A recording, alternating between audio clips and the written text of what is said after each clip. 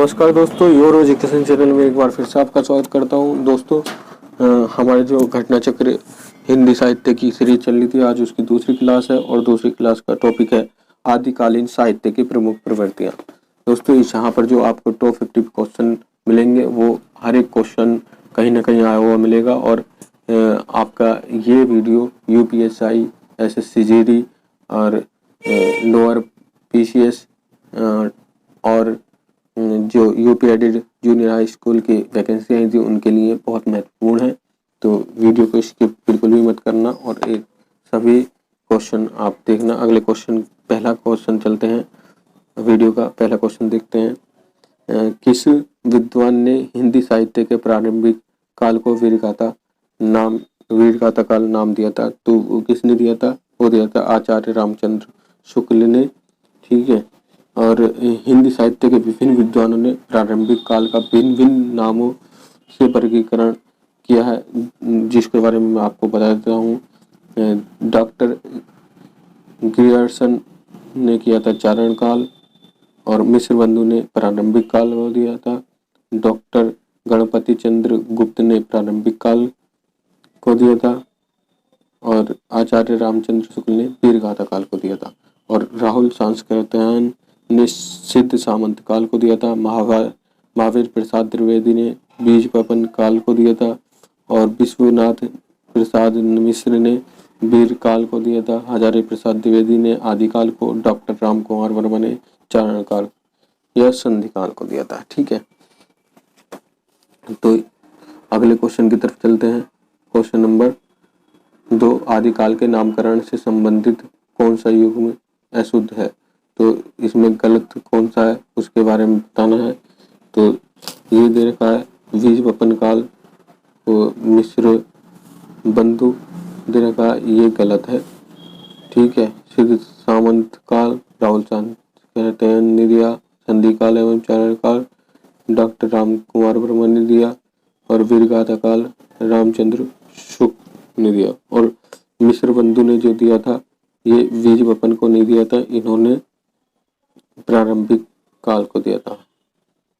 ठीक है, अगले क्वेश्चन की तरफ चलते हैं।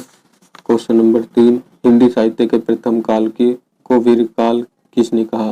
तो किसने कहा था? ये क्या था? प्रसाद मिश्र ने। ऑप्शन नंबर सी इसका सही हो जाएगा। अगले क्वेश्चन की तरफ चलते हैं। क्वेश्चन नंबर 4, हिंदी के प्रारंभिक काल को वीरगाथा काल का नाम किसने दिया? तो ये दिया था आचार्य रामचंद्र शुक्ल ने। ऑप्शन नंबर ए इसका सही हो जाएगा। अगले क्वेश्चन की तरफ चलते हैं। हिंदी साहित्य के आदिकाल के लिए सिद्ध सामंत युग नाम इनके द्वारा दिया गया? किसके द्वारा दिया गया दोस्तों? ये दिया गया राहुल सांस्कृत्यायन। अगले क्वेश्चन की तरफ चलते हैं। आदिकाल को बीज वपन काल नाम किसने दिया? आदिकाल को आचार्य विश्वनाथ प्रसाद मिश्र ने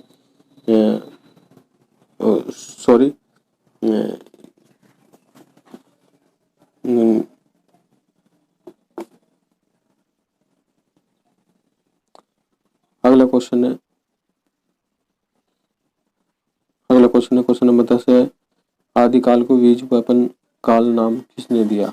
तो आदिकाल को बीज वपन नाम जो दिया था वो दिया था आचार्य महावीर प्रसाद द्विवेदी ने। अगले क्वेश्चन की तरफ चलते हैं। क्वेश्चन नंबर 13, आदिकाल का वीर काल नामकरण किसने किया? तो यह किया था विश्वनाथ प्रसाद मिश्र ने। अगले क्वेश्चन की तरफ चलते हैं। हिंदी साहित्य के प्रथम काल को आदिकाल नाम किसने दिया? तो ये दिया था हजारी प्रसाद द्विवेदी ने। अगले क्वेश्चन की तरफ चलते हैं। निम्नलिखित में कौन सा नाम आदिकाल का नहीं है? तो कौन सा नाम आदिकाल का नहीं है? गतकाल नहीं है। गतकाल नहीं है तो इसे ऑप्शन नंबर बी सही हो जाएगा, वरना वीरगाथा काल भी, चारण काल भी, सिद्ध सामंत काल भी। ठीक है, अगले क्वेश्चन की तरफ चलते हैं। आदिकाल को प्रारंभिक काल नाम किसने दिया? तो किसने दिया था? ये दिया था मिश्र बंधु ने। ठीक है, ऑप्शन नंबर 20 का सही हो जाएगा। अगले क्वेश्चन की तरफ चलते हैं। आदिकाल को आधार काल किसने कहा? ये कहा था डॉक्टर मोहन अवस्थी ने। ऑप्शन नंबर बी इसका सही हो जाएगा। अगले क्वेश्चन की तरफ चलते हैं। सूची फर्स्ट, जो सूची दे रखी है उनका मिलान करना है। एक तरफ इतिहासकार दे रखे हैं, दूसरी तरफ नामकरण। तो आचार्य रामचंद्र शुक्ल ने क्या कहा था, ये वीरगाथा काल, ये ऑप्शन नंबर सेकंड से मिलेगा ये वीरगाथा काल। डॉक्टर हजारी प्रसाद द्विवेदी आदिकाल, राहुल संस्कृत्यायन सिद्ध सामंत काल, मिश्र बंधु ने प्रारंभिक काल। ठीक है, तो इस आधार पर ऑप्शन नंबर इसका कौन सा सही होगा ये देखते हैं। ये ऑप्शन नंबर डी इसका सही हो जाएगा। ठीक है, अगले क्वेश्चन की तरफ चलते हैं। क्वेश्चन नंबर 19, इनमें से किस साहित्य इतिहासकार ने अपने इतिहास ग्रंथ में हिंदी के गद्य साहित्य को गद्य का आविर्भाव, गद्य का परिवर्तन, गद्य का प्रसार और गद्य की वर्तमान गति नामक खंडों में विभक्त करके विवेचित किया है? तो ये किसने किया है? ये रामचंद्र शुक्ल ने किया है। ऑप्शन नंबर सी इसका सही हो जाएगा। अगले क्वेश्चन की तरफ चलते हैं। रामचंद्र शुक्ल ने हिंदी साहित्य का आरंभ कब से माना है? तो इन्होंने कब से माना था? इन्होंने माना था संवत 1050। ऑप्शन नंबर 20 का सही हो जाएगा। अगले क्वेश्चन की तरफ चलते हैं। डॉक्टर राम कुमार वर्मा ने हिंदी साहित्य का आरंभ कब से माना है? तो इन्होंने माना है 693 ईस्वी से। Option number A. अगले क्वेश्चन की तरफ चलते हैं। बौद्ध धर्म से जुड़े हुए साहित्य की भाषा है। बौद्ध धर्म से जुड़े हुए साहित्य की भाषा आप सभी को पता होगा, ये पाली है। PGT 2002 में आया हुआ है। अगले क्वेश्चन की तरफ चलते हैं। निम्नांकित में से अपभ्रंश प्रभावित हिंदी रचना कौन सी है? तो इनमें से कौन सी रचना है? यह है भरतेश्वर बाहुबली रास। अगले क्वेश्चन की तरफ चलते हैं। शालिभद्र सूरी की रचना का नाम है। शालिभद्र सूरी की रचना का नाम भरतेश्वर बाहुबली रास है। अगले क्वेश्चन की तरफ चलते हैं। पंच पांडव चरित्र रास के रचयिता हैं। पंच पांडव चरित्र रास के रचयिता Shalibhadra Suri. Option number A. अगले क्वेश्चन की तरफ चलते हैं। 11वीं शताब्दी में रचित लोक भाषा काव्य है, तो कौन सा है? डोला मारू रास दूहा। अगला क्वेश्चन है। अपभ्रंश शब्द का सबसे पहले उल्लेख किसने किया?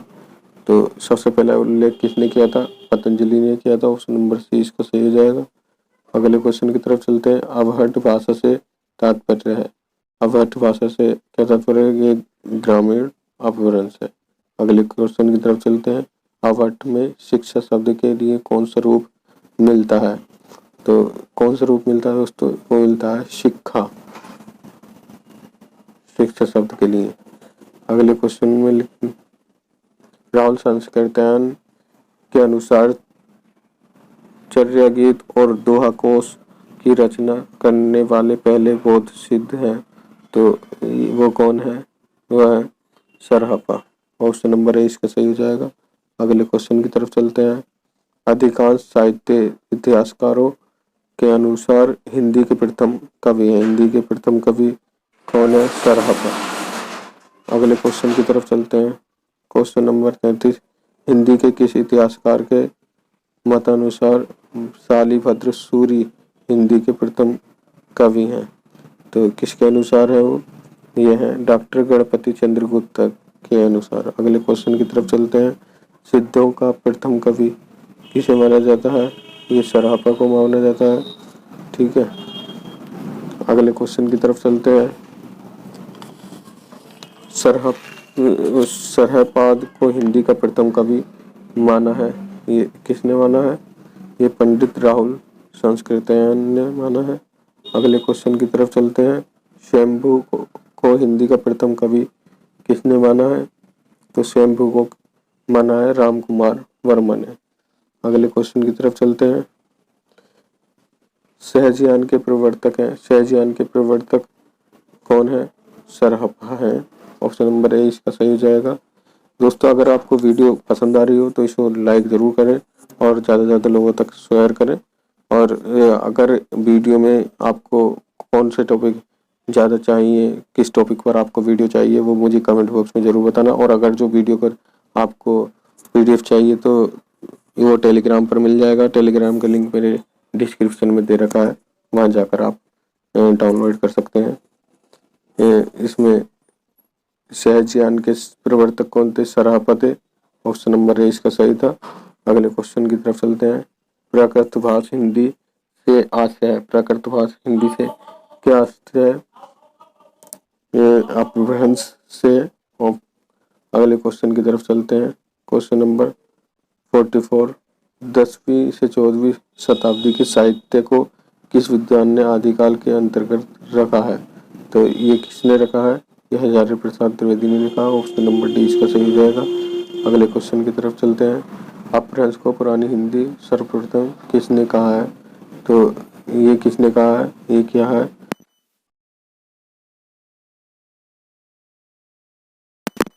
की तरफ चलते हैं।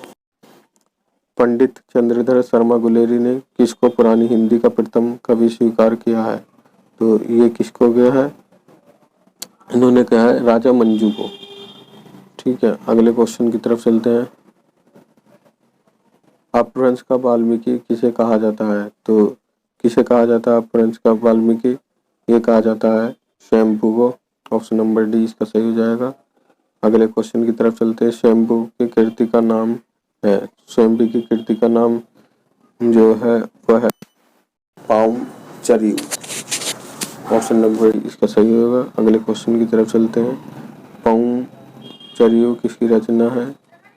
तो पाउमचरियु स्वयंभू की रचना है। ऑप्शन नंबर सी इसका सही होगा।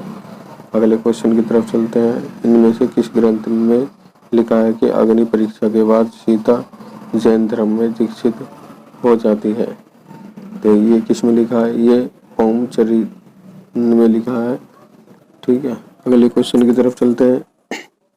इनमें से कौन सा ग्रंथ लौकिक चरित्र काव्य माना जाता है? तो कौन सा ग्रंथ माना जाता है? ये माना जाता है भविष्यत कहा। अगले क्वेश्चन की तरफ चलते हैं। अपभ्रंश का बभूति किसे माना जाता है? तो किसे माना जाता है? ये पुष्पदंत को।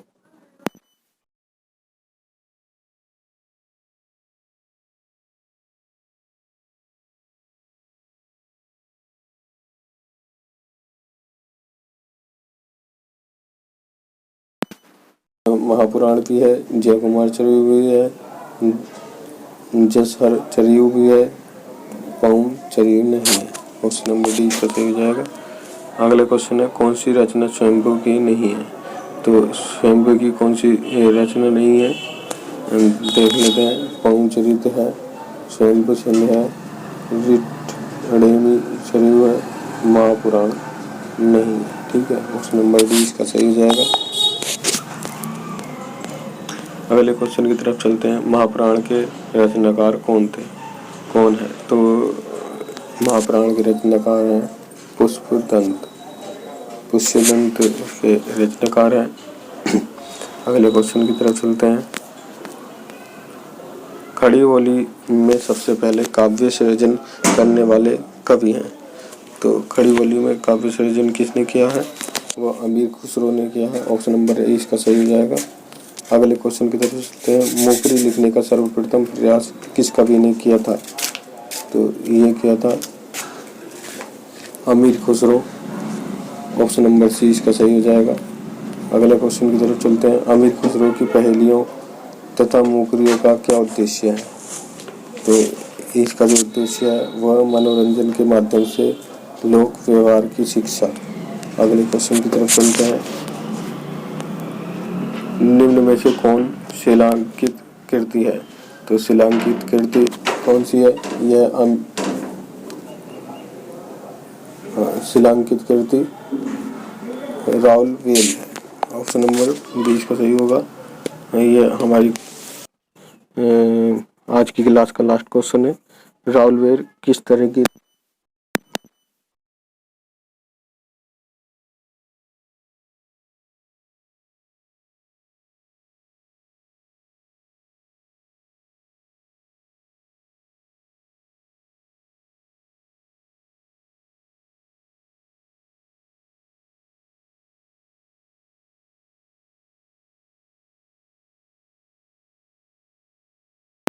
जो भी इधर उधर के भटकावे वाली वीडियो हैं उनसे बचें। एक सटीक वे में तैयारी करना आपका उद्देश्य होना चाहिए। सटीक वे में तैयारी करोगे और स्मार्ट वर्क करोगे तो जल्दी नौकरी पाओगे। तो चलते हैं और मिलते हैं अगली वीडियो में, तब तक के लिए नमस्कार।